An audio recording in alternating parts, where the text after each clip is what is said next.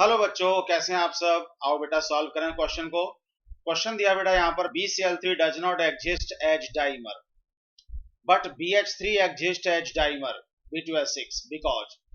तो बेटा यहाँ पर दो कंपाउंड, एक तो दिया हुआ है BCl3 जिसका डाइमर एग्जिस्ट नहीं करता है, दूसरा कंपाउंड है BH3 इसका डाइमर B2H6 एग्जिस्ट करता है। ऐसा क्यों है बेटा, आइए देख लेते हैं उसको।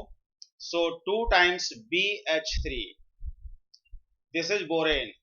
This undergoes dimerization to form B2H6 और इस B2H6 में क्या होता है बेटा, बनाना बॉन्ड्स प्रेजेंट होते हैं और इसकी जो स्ट्रक्चर है वो बेटा इस तरह से होती है। दो बोरॉन एटम्स आपस में इस तरह से बॉन्डेड रहते हैं दो हाइड्रोजन एटम्स के थ्रू। इसमें दो हाइड्रोजन एटम्स जो होते हैं वो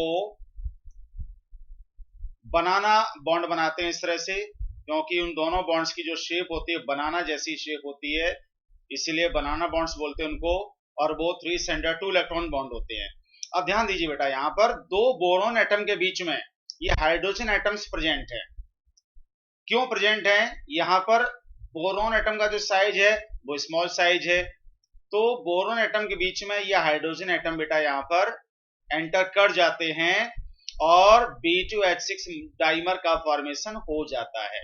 तो ये B2H6 का मॉलिक्यूल एग्जिस्ट करता है, मतलब BH3 डाइमर बना लेता है, क्योंकि इसमें कोई स्टेरिक हिंड्रेंस वगैरह नहीं होती है, स्टेरिक क्राउडिंग वगैरह नहीं होती है। लेकिन अगर मैं यही वाली बात अप्लाई करूं BCl3 के केस में, तो यहां पर क्या होगा बेटा, जब BCl3 बनाएंगे उस केस में क्या होगा, बोरॉन एटम तो वही है, बोरॉन एटम का साइज वही है, लेकिन हाइड्रोजन के कंपैरिजन में क्लोरीन एटम का साइज बेटा काफी बड़ा होगा। ये हाइड्रोजन एटम है, इसका साइज बेटा स्मॉल है, लेकिन जो क्लोरीन एटम है उसका साइज बेटा लार्ज है। तो जब क्लोरीन एटम का साइज बेटा लार्ज है तो उस केस में दो बोरॉन एटम के बीच में वो एंटर नहीं कर पाएगा, फिट नहीं हो पाएगा, क्राउडिंग हो जाएगी वहां पर। तो बेटा आंसर हमारा क्या होगा देख लेते हैं, एक बार चेक कर लेते हैं। पहला ऑप्शन दिया हुआ है chlorine is more electronegative than hydrogen, ये बात सही है। Chlorine is more electronegative than hydrogen, this is correct, but this is not the explanation of this statement. तो आंसर बेटा हमारा फर्स्ट नहीं हो सकता। Second, there is p pi back bonding in BCl3 but BH3 does not contain such multiple bond, ये option भी बेटा नहीं होगा। p pi बैक बॉन्डिंग वाला केस भी यहाँ पर अप्लाई नहीं होगा इस वाले केस में।